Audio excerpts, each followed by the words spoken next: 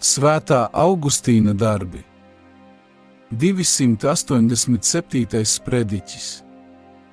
Par Jāņa Kristītāja dzimšanas dienu. Baznīca svin tikai divas dzimšanas dienas – Jēzus Kristus un Jāņa Kristītāja. Tas bija garš un izvērsts stāsts, taču smago klausīšanās darbu kompensē patiesības saldums. Kad tika lasīts svētais evaņģēlijs, mēs dzirdējām par svētā Jāņa, Kristus vēstneša un priekšgājēja, slaveno dzimšanu. No tā jūsu žēlastībai vajadzētu pamanīt, cik patiesi liels vīrs bija tas, kura piedzimšana tika šādi pavēstīta. Baznīca nekad nav svinējusi neviena pravieša, neviena patriarha, neviena apustuļa miesas dzimšanas dienu.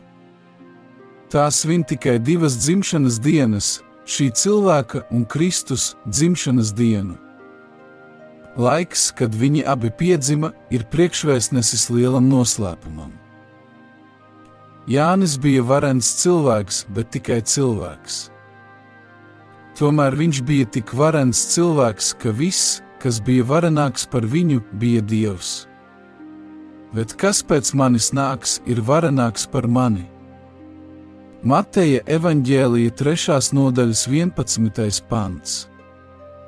To pašu teica Jānis, viņš ir varenāks par mani. Ja viņš ir varenāks par tevi, tad kas tad ir tas, ko mēs esam dzirdējuši, ko runājis par tevi ir tas, kas ir varenāks par tevi? Starp dzimušajiem no sievietēm neviens nav lielāks nācis par Jāni Kristītāju. Mateja evaņģēlija 11. nodaļas 11. pants. Ja neviens cilvēks nav lielāks par tevi, tad kas ir tas, kurš ir lielāks par tevi? Vai jūs vēlaties dzirdēt, kas viņš ir? Iesākumā bija vārds, un vārds bija pie Dieva, un Dievs bija vārds. Jāņa evaņģēlija 1. nodaļas 1. pants. Vārds piedzima, bet piedzima miesā, nevis pats sevī. Un kā tas ir, ka Dievs, Dieva vārds, no kura viss ir radīts? Jāņa evaņģēlija 1. nodaļas 3. pants.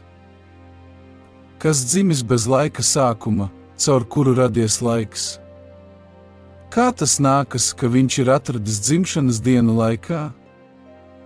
Kā? Es atkārtoju. Kā vārds, caur kuru radies laiks, varēja atrast dienu, kurā piedzimt laikā? Jūs vēlaties zināt, kā? Ieklausieties pašā evaņģēlijā, un vārds kļuva miesa un dzīvoja starp mums. Jāņa evaņģēlija 1. nodaļas 14. pants.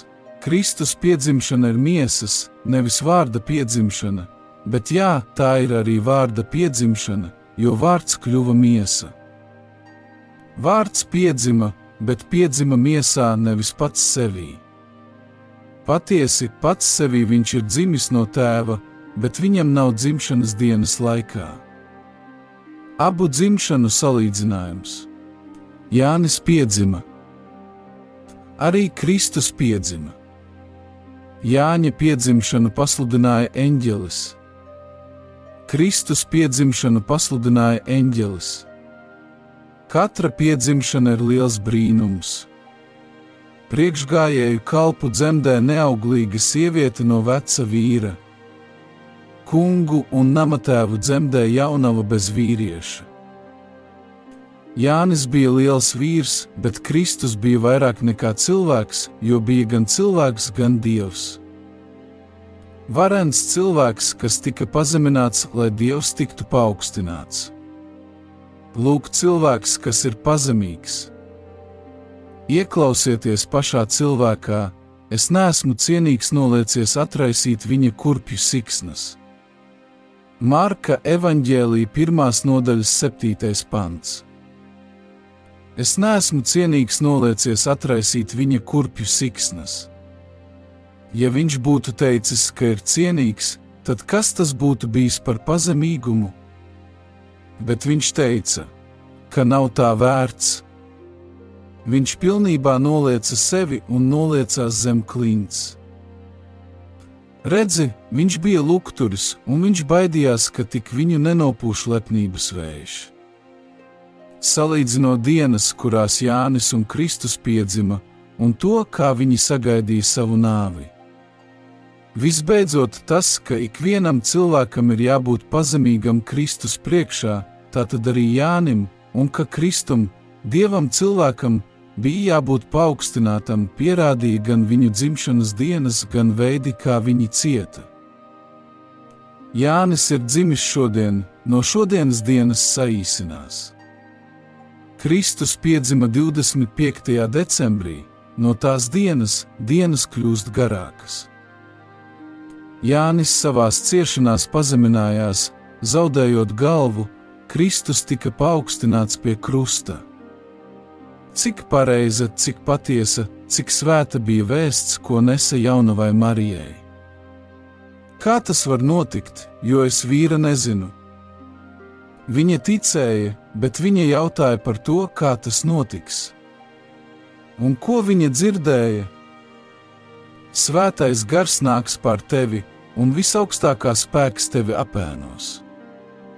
Tāpēc arī svētais, kas no tevis dzims, sauksies Dieva dēls. Lūkasa evaņģēlija 1. nodaļas 34. un 35. pants. Visaugstākā spēks tevi apēnos. Tu ieņemsi bērnu, bet tev nebūs iekāras. Kur svētais gars piedāvā ēnu, tur nebūs karstuma. Bet tā kā tagad mūsu ķermeņiem ir daudz karstuma, tam jābūt pietiekamam arī jūsu žēlastībai. Labi par to padomājiet, un žēlastība pieaugs vēl vairāk.